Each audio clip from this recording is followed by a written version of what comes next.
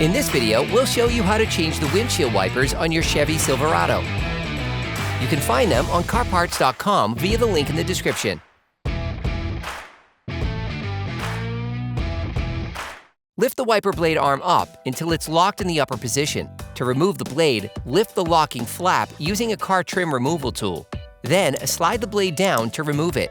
To avoid any accidents, place the arm delicately onto the windshield. Before doing so, place a folded piece of paper towel on the windshield to protect it. You can order the windshield wipers used in the video on CarParts.com via the link in the description. Take the new blade. Install the adapter suited to your assembly if it is not already in place on the blade.